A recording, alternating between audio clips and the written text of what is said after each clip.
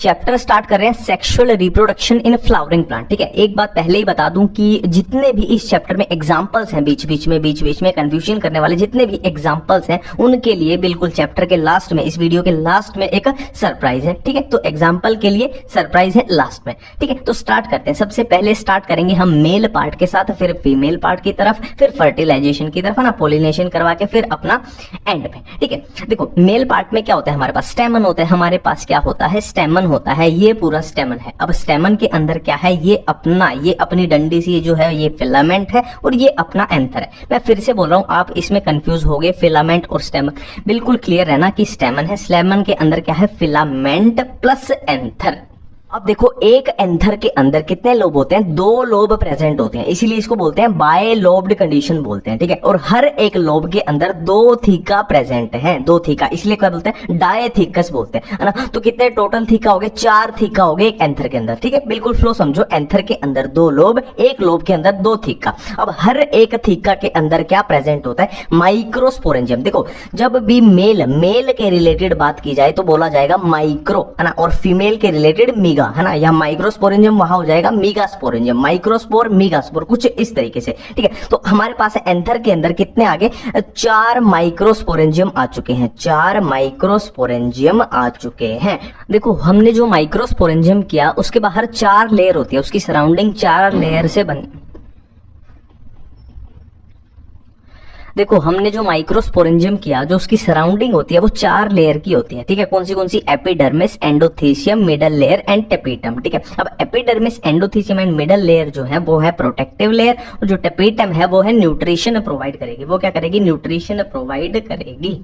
अब देखो माइक्रोस्पोरेंजियम तक हम पहुंच चुके थे। ठीक है, अब माइक्रोस्पोरेंजियम के अंदर क्या होता है, स्पोरोजिनस टिश्यू होता है, और स्पोरोजिनस टिश्यू के अंदर क्या है, माइक्रोस्पोर मदर सेल, एमएमसी यानी माइक्रोस्पोर। मेल की बात करें तो माइक्रोस्पोर। ठीक है, अब एमएमसी के अंदर होगी मियोसिस। तो मियोसिस के बाद देखो एक सेल से, मियोसिस के रिजल्ट से एक सेल से कितनी सेल बनेंगी, 4 सेल बनेंगी। 4 मतलब टेट्राड बनेगा, माइक्रोस्पोर का यहां बन गया टेट्राड बन गया। ठीक है, अब ये टेट्राड मतलब 4 जो आपस में चिपकी हुई सेल है, ये एक दूसरे से अलग अलग जब हो जाएंगी तो क्या बन जाएंगे, पोलन ग्रेन बन जाएंगे, और पोलन ग्रेन को ही हम बोलते हैं क्या, मेल गेमेटोफाइट। अब यहाँ पे एक सिंपल सी बात है, कॉमन सेंस की बात है कि जहां मियोसिस हुई उससे नीचे की स्ट्रक्चर क्या होंगी, सारी हैप्लॉइड होंगी, और मियोसिस से ऊपर क्या होंगी, डिप्लॉइड होंगी। ठीक है, अब पोलन ग्रेन अपने पास तैयार है। पोलन ग्रेन के बारे में एनसीईआरटी में ये कुछ चीजें लिखी हुई हैं कि कुछ स्पीशी के पोलन ग्रेन एलर्जी कॉज कर सकते हैं, ब्रोंकियल इन्फेक्शन कॉज कर सकते हैं। ठीक है, और क्या है, पोलन एलर्जी का एग्जांपल दिया हुआ है कि पार्थेनियम और कैरेट ग्रास के जो पोलन ग्रेन है वो एलर्जी कोज करते हैं।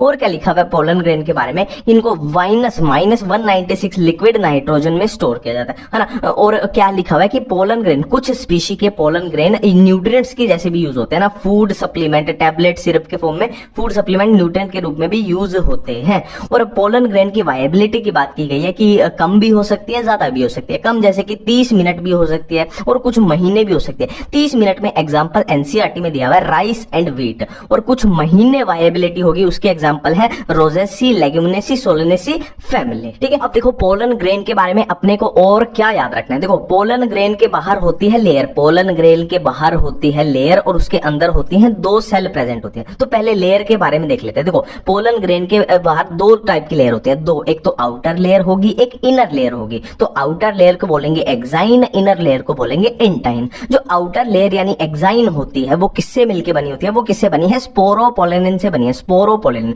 अब स्पोरोपोलिन के बारे में याद रखना कि ये बहुत रेजिस्टेंट, बहुत हार्ड स्ट्रक्चर है, मतलब इस पे कुछ भी असर नहीं करता, ना एंजाइम इस पे असर करते हैं, ना माइक्रोबियल एक्टिविटी, है ना, टेम्परेचर को भी ये झेल सकते हैं, बहुत हार्ड स्ट्रक्चर है। ठीक है, अब देखो एक होता है जर्म पोर, सिंपल सी बात है। देखो आउटर लेयर है पोलन ग्रेन की एक्साइन। अब ये एक्साइन जहां पे एब्सेंट होगी, तो जहां पे एक्साइन एब्सेंट होगी वहां पे स्पोरोपोलिन भी एब्सेंट होगा, तो उसी पोर को बोलते हैं जर्म पोर, है ना, जहां पे एक्साइन एब्सेंट होगी अपने। ठीक है, नेक्स्ट है इनर लेयर। इनर लेयर कैसी होती है, थिन होती है, कंटिन्यूस होती है। कंटिन्यूस मतलब इसमें पोर प्रेजेंट नहीं है, मतलब एब्सेंट नहीं है। थिन है क्योंकि ये हार्ड स्ट्रक्चर थी, ठीक है, ये थोड़ी थिन होती है। किससे मिलके बनी है, सेलुलोज एंड पेक्टिन से ये मिलके बनी है। और पोलन ग्रेन के अंदर 2 सेल की बात करें तो कौन सी, एक वेजिटेटिव सेल, एक जनरेटिव सेल। ठीक है, वेजिटेटिव सेल कैसी होगी, बिगर होगी, ये होगी स्मॉलर होगी। इसमें क्या है, रिजर्व्ड फूड होता है, अबंडेंट फूड होता है। ठीक है, और लार्ज इरेगुलर न्यूक्लियस इसका होता है। और ये क्या है, देखो एक तरीके से ये छोटी सी है, ये बहुत बड़ी है, तो एक तरीके से जनरेटिव सेल वेजिटेटिव सेल के साइटोप्लाज्म में फ्लोट करती है, साइटोप्लाज्म में फ्लोट करती है, ठीक है। अब देखो यहाँ पे दो सेल हैं, पोलन ग्रेन में दो सेल हैं, एक वेजिटेटिव सेल एक जनरेटिव सेल। अब पोलन ग्रेन जब क्या है, मतलब एक तरीके से ये लगा लो रिलीज होता है, तो या तो टू सेल्ड स्ट्रक्चर, या तो टू सेल्ड होगा मतलब एक दो सेल, या थ्री सेल्ड कंडीशन में होगा। थ्री सेल कैसे, जो जनरेटिव सेल है वो डिवाइड करके दो सेल बना देगी, वो डिवाइड करके दो सेल बना देगी, या तो टू सेल्ड कंडीशन में हो गया यानी एक ये, या थ्री सेल मतलब एक ये, और जनरेटिव सेल डिवाइड हो जाएगी दो में। तो टू सेल्ड होगा किसमें, 60% प्लांट्स में, और थ्री सेल्ड 40% प्लांट्स में। अब इसको कैसे याद रखें, देखो 6 into 2 कर दो, 6 into 2 आंसर आएगा 12, 4 into 3 कर दो, 4 into 3 कर दो, आंसर आएगा 12, मतलब आंसर 12 आना चाहिए। अपनी ये कंफ्यूजन दूर है। अब देखो हम मेल पार्ट कंप्लीट कर चुके हैं, अब हम करने वाले हैं फीमेल पार्ट। फीमेल पार्ट में हमारे पास क्या आएगा, सिंपल है, स्टिग्मा स्टाइल ओवरी। क्या आएगा, स्टिग्मा स्टाइल ओवरी, ठीक है। अब यहाँ पे सिंपली क्या है, इन दोनों डायग्राम्स में यही दिखा हुआ है कि देखो मल्टी कार्पेलरी ओवरी मतलब जिसमें एक से ज्यादा कार्पेल होंगे, हो ना। और सिन कार्पस, देखो ये ए में ये क्या है, पेपर में क्या है, सिन कार्पस दिखाई है, ठीक है। इसमें सिन कार्पस मतलब जुड़ी हुई है, सारे कार्पल आपस में जुड़े हुए हैं। और इसमें मल्टी कार्पेलरी मतलब एक से ज्यादा है। और क्या, एपो कार्पस में चेलिया का एग्जांपल दिया, एपोकार्पस मतलब जो कार्पल है एक दूसरे से फ्री हैं, इसमें कार्पल एक दूसरे से चिपके हुए हैं, इसमें कार्पल एक दूसरे से फ्री हैं, इतना सा बताया गया, ठीक है। अब अपने को करना क्या है, जो इसमें काम है वो ये है ना, एनाट्रोपस ओव्यूल। ओव्यूल का अपने को काम है, देखो ये ओव्यूल आगे किससे जुड़ा है, ओवरी से जुड़ा है। ओवरी से किसके थ्रू जुड़ा है, यहाँ प्लेसेंटा, ठीक है। देखो ओव्यूल एक तरीके से क्या होता है, एक ह्यूमन का एग्जाम्पल देख लो, ये एक बच्चा है, बच्चा अपनी माँ से जुड़ा है किसके, प्लेसेंटा के थ्रू। अब देखो पूरा फ्लो समझना, यहाँ पे है अपने पास क्या है, ओवरी है, यहाँ पे फिर क्या आएगा, प्लेसेंटा आएगा, फिर क्या आया अपने पास, फ्यूनिकल, फिर आया हाइलम, ठीक है। पूरा फ्लो समझना, ओवरी, प्लेसेंटा, फिर क्या आया, फ्यूनिकल, फिर क्या आया, हाइलम, ठीक है। ये ओव्यूल है, ठीक है। अब यहाँ पे ये अपना बीच में क्या है, एम्ब्रियो सैक है, एम्ब्रियो सैक के बाहर क्या है, इंटेग्यूमेंट्स है। जो अंदर की साइड है वो इनर इंटेग्यूमेंट, जो बाहर की साइड है वो आउटर इंटेग्यूमेंट, ठीक है। अब यहाँ पे दो एंड होते हैं हमारे पास, एक माइक्रोपाइलर एंड आ जाएगा और एक चलाजल एंड आ जाएगा, सिंपल सी बात है, ठीक है। और न्यूसेलस, अब देखो ये पूरा हमें आगे समझ में आएगा कि क्या असल में इसमें होता है, ठीक है। देखो बिल्कुल जैसे हमने उसमें किया था ना, जैसे मेल वाले पार्ट में किया था, माइक्रोस्पोर मदर सेल होती है, ऐसे ही इसमें देखो ये हम पूरा वही देख रहे हैं, अपना ओव्यूल ही देख रहे हैं। ऐसे इसमें क्या होती है, मेगास्पोर मदर सेल होती है, और मेगास्पोर मदर सेल के अंदर क्या हो जाएगी, मियोसिस हो जाएगी। तो हमें एक सिंपल सी बात पता है कि मियोसिस के रिजल्ट से कितनी सेल बनती है, 4 सेल बनती है, 4 सेल बनती है। तो ये अपने पास 4 सेल बन के मियोसिस के रिजल्ट से मेगास्पोर टेट्राड तैयार है। वहां पे क्या बना था, माइक्रोस्पोर टेट्राड, यहाँ मेगास्पोर। बट माइक्रोस्पोर टेट्राड में एक मजे की बात थी कि चारों के चारों क्या बन रहे थे, पोलन ग्रेन बन रहे थे। बट यहाँ पे टेट्राड मतलब 4 सेल में से क्या है, 3 क्या है अपनी डी जनरेट हो जाएंगी, 3 डी जनरेट हो जाएंगी, सिर्फ एक सेल बचेगी, ठीक है। एक सेल सिर्फ अपनी काम की बचेगी इसमें से। अब उस एक सेल के अंदर क्या है, न्यूक्लियस की डिवीजन हो रही, सेल की डिवीजन नहीं हो रही, सिर्फ न्यूक्लियस की डिवीजन होगी। न्यूक्लियस की डिवीजन होगी तो 2 न्यूक्लियस बन गए। अब इनमें ये भी डिवीजन करेगा, ये भी डिवीजन करेगा, तो ये 2 बना देगा, ये 2 बना देगा, 4 बन गया। देखो ये फिर वो ये बाई न्यूक्लिएट, ये क्या हो गए, टेट्रा न्यूक्लिएट, फिर ये है ना 4 न्यूक्लिएट की स्टेज आ गई, फिर ये फिर से डिवाइड करेंगे, 8 न्यूक्लिएट की स्टेज आ गई, ठीक है। अब क्या होगा, देखो यहां तक मजे की बात है कि यहां तक सेल वॉल की फॉर्मेशन नहीं हुई है, एक तरीके से फ्री न्यूक्लियर डिवीजन हो रही है, सिर्फ न्यूक्लियस डिवाइड करे। अब यहाँ पे इन न्यूक्लियस के अराउंड क्या है, सेल वॉल बनने लगेंगे, है ना। हर एक न्यूक्लियस अपनी अपनी सेल बना देगा, हर एक न्यूक्लियस अपनी अपनी सेल बना देगा, है ना। देखो 3 न्यूक्लियस माइक्रोपाइलर एंड की तरफ चले जाएंगे और 3 न्यूक्लियस कहाँ चले जाएंगे, चलाजल एंड की तरफ जाएंगे। जो माइक्रोपाइलर एंड की तरफ जाएंगे उसमें से 2 न्यूक्लियस बना देंगे, 2 सिनर्जिड्स बना देंगे और एक बना देगा एग सेल, ठीक है। 3 हो गए जिसने 2 ने बनाई सिनर्जिड, एक ने एग सेल, और 3 इधर चले गए जिन्होंने क्या बना दिया, 3 एंटीपोडल सेल बना दी, 3 एंटीपोडल, 3 यहाँ पे हो गए, 3 यहाँ पे हो गए। अब बचे 2 न्यूक्लियस, तो ये 2 न्यूक्लियस सिर्फ एक ही सेल में प्रेजेंट होते हैं, एक ही सेल में, जिसको हमने बोल दिया बड़ी वाली बीच वाली सेल सेंट्रल सेल, ठीक है। अब यहाँ पे मजे की बातें क्या है, मजे की बातें हैं कि न्यूक्लियस अपने पास क्या है, 8 न्यूक्लियस प्रेजेंट है, बट सेल कितनी है, 3 + 3 + 1 मतलब 7 सेल 8 न्यूक्लियट है। 7 सेल क्यों है, क्योंकि बीच वाली सेंट्रल सेल में 2 न्यूक्लियस प्रेजेंट हैं, ठीक है। देखो ये बन गई अपनी, देखो ये चलाजल एंड,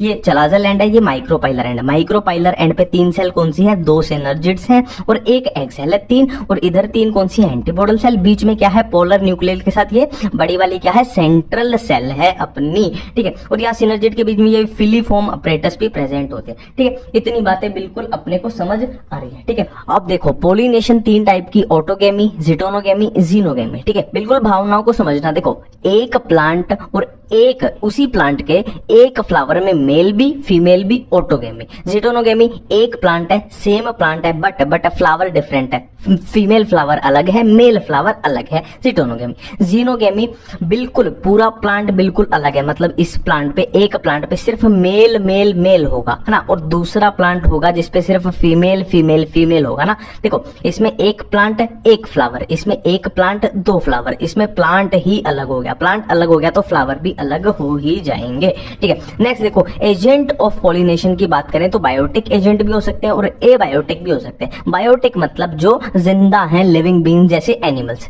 एबायोटिक में क्या आ जाएंगे, विंड, है ना, हवा आ जाएगी, पानी आ जाएंगे। जो एबायोटिक है मतलब जो जिंदा नहीं है, ठीक है। अब एबायोटिक की बात करें तो एबायोटिक में हमने किए विंड आएगी, वाटर आएगा, ठीक है। अब इसमें से भी विंड और वाटर में से भी कौन से कॉमन है, विंड वाला जो एबायोटिक एजेंट है वो ज्यादा कॉमन है। और विंड के बारे में लिखा है कि quite common in grass, grasses में ये कॉमन होती है, हाँ। और क्या विंड वाले, देखो सिंपल सी बात है, कॉमन सेंस की बात है, विंड वाले जो हवा में उड़ेंगे तो हवा में उड़ने के लिए पोलन ग्रेन क्या है, नॉन स्टिकी होने चाहिए, कहीं चिपकने नहीं चाहिए। लाइट मतलब वो वजन में हल्के होने चाहिए, ठीक है। और इनकी स्टिग्मा मतलब एक तरीके से जो इनका हेलीपैड है वो बड़ा होना चाहिए, बड़ा होना चाहिए क्योंकि उड़ उड़ के आएंगे तो स्टिग्मा पे लैंड करेंगे, और फीदरी होना चाहिए, उनको कैच कर ले, ठीक है। और वाटर वाले क्या है, लिमिटेड टू, इसके बारे में एनसीईआरटी में लिखा है कि water pollination limited to about 30 genera, mostly monocots में होते हैं, ठीक है। अब यहाँ पे याद रखना एक बात, जो भी एग्जांपल्स है, मैंने बोला था लास्ट में एक सरप्राइज है, जितने भी इस चैप्टर के एग्जांपल है उनके लिए लास्ट में एक सरप्राइज है, ठीक है। हम बात कर रहे हैं आउट ब्रीडिंग डिवाइसेस की, ठीक है। आउट ब्रीडिंग डिवाइसेस में सिंपली क्या करना है, prevent self pollination, self pollination को रोकना है। देखो सिंपल सी बात है, नॉन सिंक्रोनाइजेशन मतलब मेल जो पार्ट है वो अलग टाइम पे मैच्योर हो रहा है, फीमेल वाला अलग टाइम पे, तो सेल्फ पोलिनेशन रुकेगी।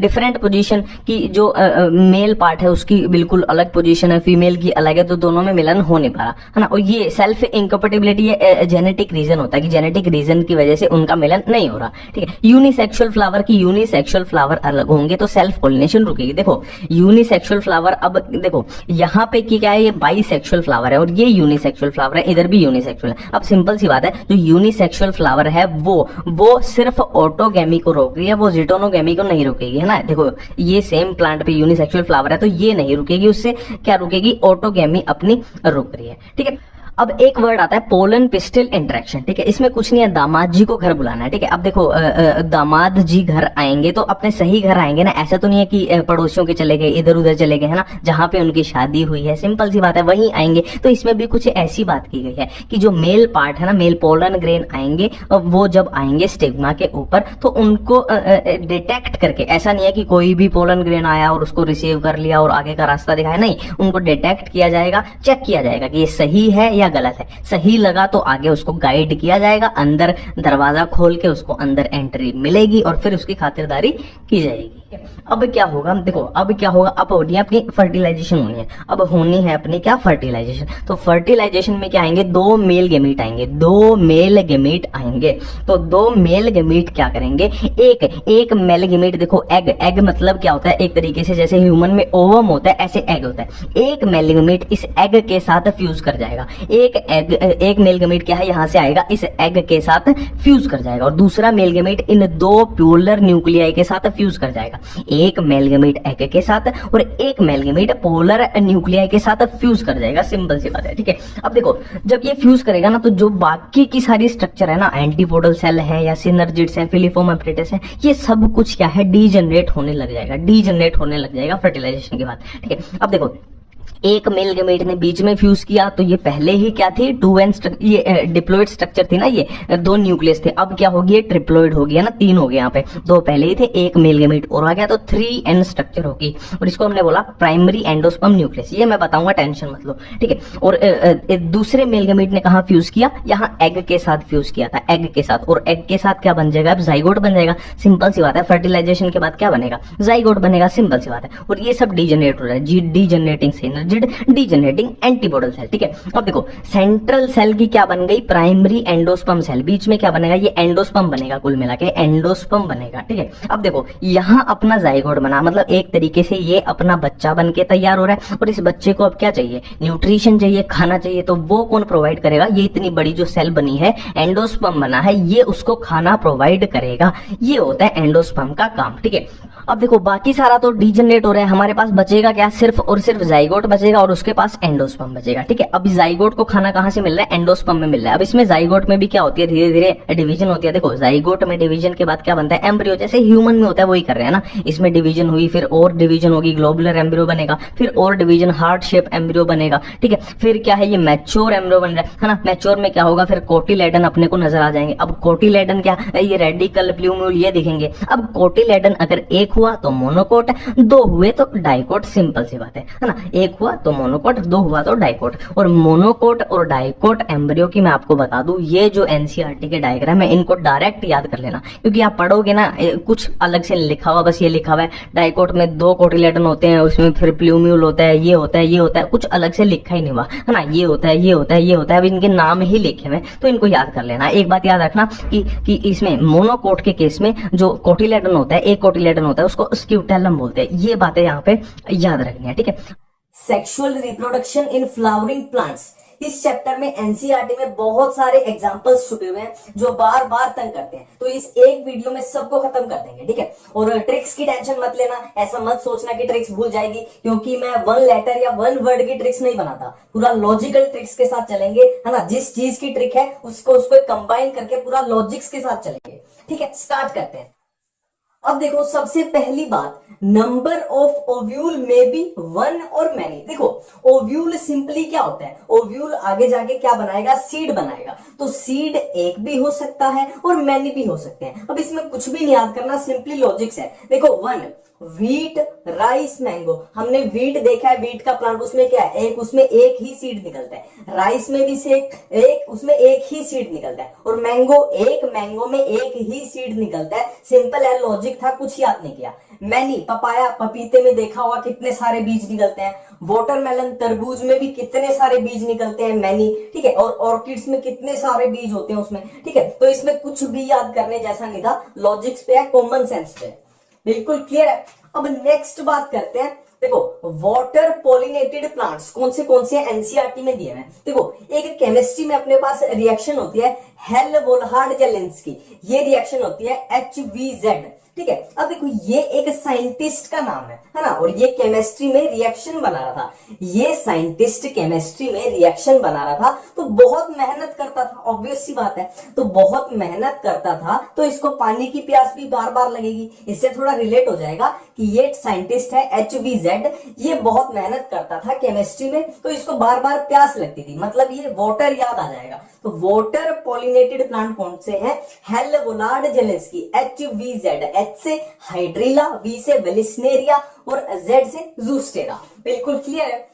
अब इसी के रिलेटेड, ये वाटर पॉलिनेटेड के रिलेटेड ही एक है कि ऐसे प्लांट जो है तो एक्वाटिक है ना, एक्वाटिक प्लांट है, पर उनकी पॉलिनेशन पानी से नहीं होती। ये तो क्या है, वाटर पॉलिनेटेड, पर ये ऐसे प्लांट हैं कि ये एक्वाटिक हैं, पर उनकी पॉलिनेशन वाटर से नहीं होती। तो इसको याद रखना, नकाबपोश, इन दोनों को याद रखना, बहुत बड़े नकाबपोश। मतलब इनके नाम में भी वाटर आ रहा है, पर ये धोखेबाजी कर रहे हैं। नाम में इनके वाटर है, मतलब इन्होंने वाटर का नकाब लगाया हुआ है। पॉलिनेशन और कहीं से करवा रहे हैं और नाम में अपने वाटर लेके घूम रहे हैं, मतलब ये धोखेबाज है, नकाबपोश। वाटर से याद रखना, ठीक है, बहुत बड़े नकाबपोश। ठीक है, नेक्स्ट है फॉल्स फ्रूट। देखो जो बार बार झूठ बोलता है, फॉल्स मतलब झूठ, जो बार बार झूठ बोलता है उससे सच उगलवाने के लिए हमें बार बार उससे पूछना पड़ेगा। जो बार बार झूठ बोलेगा उससे बार बार हमें पूछना पड़ेगा कि सच बता। बार बार पूछना पड़ेगा, मतलब पूछना मतलब आस्क। आस्क की ये स्पेलिंग याद रखना, पूछना, ASC, आस्क। जो बार बार झूठ बोलेगा उससे बार बार पूछना पड़ेगा, ASC। A से एप्पल, S से स्ट्रॉबेरी, C से कैश्यू। क्लियर है, फॉल्स फ्रूट कौन से, एप्पल, स्ट्रॉबेरी, कैश्यू। नेक्स्ट है पेरिस्पर्म, नेक्स्ट है पेरिस्पर्म, पेरिस्पर्म में इसको वर्ड को पकड़ना है, पेरिस्पर्म में पकड़ना है किसको, स्पर्म को पकड़ना है, और स्पर्म से क्या होता है, बच्चे पैदा होते हैं। पेरिस्पर्म में पकड़ा स्पर्म को, स्पर्म से क्या होता है, बच्चे पैदा होते हैं। बच्चे मतलब दो बच्चे हुए, हम दो हमारे दो, तो एक बच्चा ब्लैक पेपर, एक बच्चा बीट, बी फॉर बच्चे, B for black pepper and beet. बिल्कुल क्लियर है। नेक्स्ट है पार्थेनोकार्पी एंड एपोमिक्सिस। देखो यहाँ पे कंफ्यूजन होगी, बिल्कुल क्लियर रखना है। देखो पार्थेनोकार्पिक फ्रूट का मतलब है कि उसमें सीड अब्सेंट होगा, और एपोमिक्सिस का मतलब है फ्रूट अब्सेंट। इसको ऐसे याद रखना है, इसमें सीड अब्सेंट, इसमें फ्रूट अब्सेंट। अब देखो इसका एग्जांपल है बनाना। अब बनाना में सीड अब्सेंट होता है, इसमें याद क्या करना है, हमें पता ही है बनाना में सीड होता ही नहीं, तो कॉमन सेंस है। और इधर भी देखो आप कॉमन सेंस लगेगी बिल्कुल। यहाँ पे क्या है, फ्रूट अब्सेंट, ग्रासेस। आपने ग्रासेस देखी है, घास देखी है, घास में कभी फ्रूट देखा है लगा हुआ, बिल्कुल भी नहीं देखा, कॉमन सेंस है। एस्ट्रेसी फैमिली, इसमें क्या आता है, जैसे सनफ्लावर है, सनफ्लावर पे आपने फ्रूट कभी देखा है लगा हुआ, नहीं देखा, तो ये कॉमन सेंस है, इसमें कुछ याद नहीं करना था। ठीक है, लास्ट है नॉन अल्ब्यूमिनस एंड अल्ब्यूमिनस। देखो इसको कैसे याद करना है, सिंपल है, इसमें भी कॉमन सेंस लगाएंगे, कोई ट्रिक नहीं है, बिल्कुल कॉमन सेंस है। देखो अल्ब्यूमिनस मतलब इनके पास एंडोस्पर्म बचा हुआ है, उसी को तो बोलते हैं एल्ब्यूमिनस। और नॉन एल्ब्यूमिनस का मतलब क्या होता है, इनके पास एंडोस्पर्म नहीं बचा हुआ। तो इसको ऐसे याद रखना कि जिनके पास एंडोस्पर्म बचा हुआ है वो जमीन पे खड़े होंगे, मतलब जमीन से ऊपर खड़े होंगे, और जिनके पास एंडोस्पर्म नहीं बचा हुआ मतलब उनके पास एनर्जी नहीं बची, मतलब वो जमीन पे पड़े हैं। तो जैसे पी है, ग्राउंड नट्स है, बीन्स है, आपने इनके पौधे देखे होंगे, मटर का पौधा या मूंगफली लगी या बीन्स, ये जमीन पे पड़े रहते हैं, जमीन पे ऐसे बिछे पड़े रहते हैं, और ये सारे जमीन पे खड़े हैं। कास्टर है, कोकोनट है, नारियल, व्हीट है, जमीन पे खड़ी है, मेज है, ये भी जमीन पे, बार्ले जो है ये भी जमीन पे खड़े हैं। एंडोस्पर्म है तो खड़े हो गए, और इनके पास एंडोस्पर्म नहीं था मतलब एनर्जी नहीं था, ये जमीन पे बिछे पड़े हैं। तो इस तरीके से इनको याद किया जा सकता है। छोटी सी कंफ्यूजन है पर बार बार तंग करती है। Parthenogenesis, parthenocarpy and apomixis. देखो तीनों में एक बात कॉमन है कि तीनों में without fertilisation, without fertilisation, without fertilisation. अब पार्थेनोजेनेसिस क्या है, formation of organism without fertilisation, और parthenocarpy formation of fruit without fertilisation, और एपोमिक्सिस क्या है, formation of seed without fertilisation. ठीक है।